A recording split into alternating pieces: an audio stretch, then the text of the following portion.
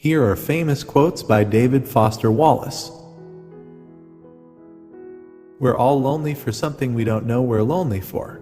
How else to explain the curious feeling that goes around feeling like missing somebody we've never even met?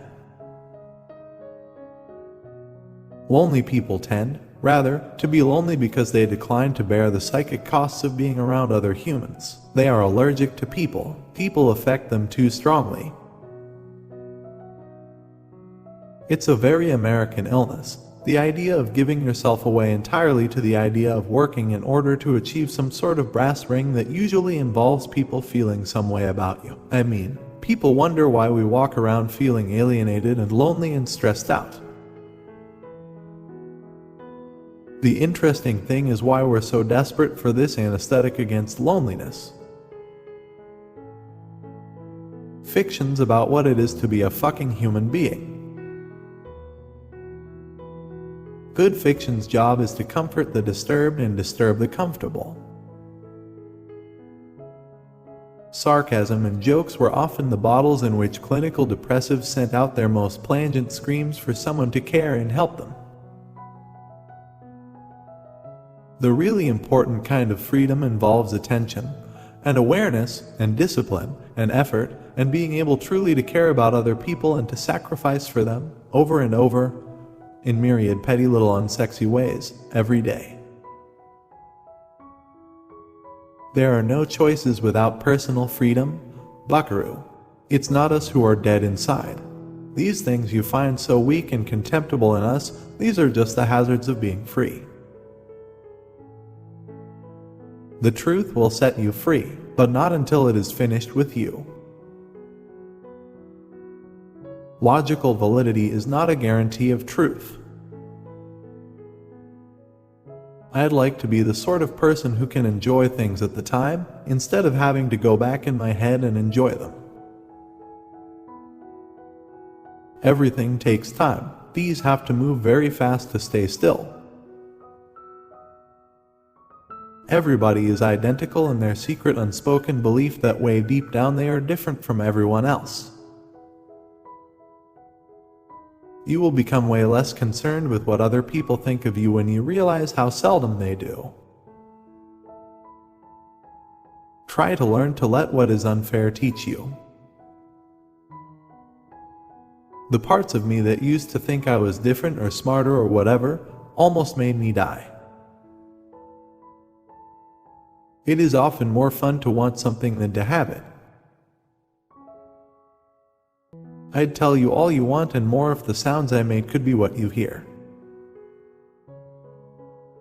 That no single, individual moment is in and of itself unendurable.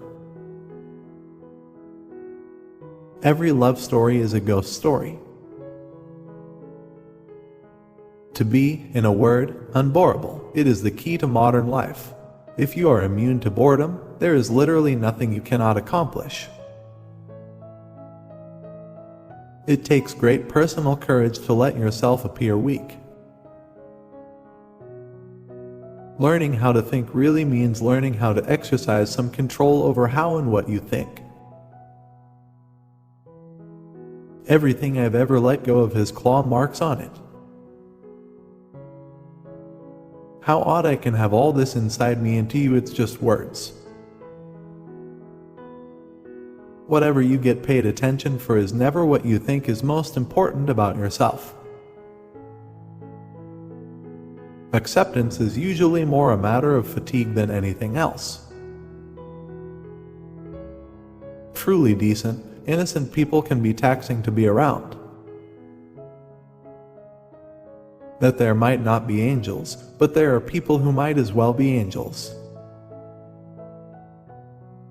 What the really great artists do is they're entirely themselves. Hey, are entirely themselves. They've got their own vision, they have their own way of fracturing reality. And if it's authentic and true, you will feel it in your nerve endings. I never, even for a moment, doubted what they'd told me. This is why it is that adults and even parents can, unwittingly, be cruel. They cannot imagine doubt's complete absence. They have forgotten. The man who knows his limitations has none. I do things like getting in a taxi and say, "the library," and step on it. It did what all ads are supposed to do, create an anxiety relievable by purchase. You have decided being scared is caused mostly by thinking. The integrity of my sleep has been forever compromised, sir. I am not what you see and hear. Mediocrity is contextual.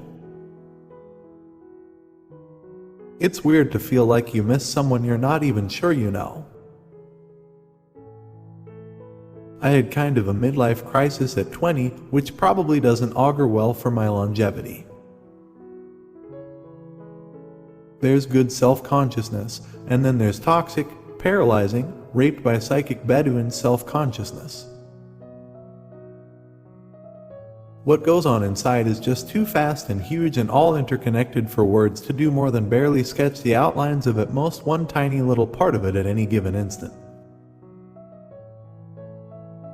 I'll say God seems to have a kind of laid-back management style I'm not crazy about. I'm pretty much anti-death. God looks by all accounts to be pro-death. I'm not seeing how we can get together on this issue, he and I. Support us by subscribing to Possible for Sure and for more quotes.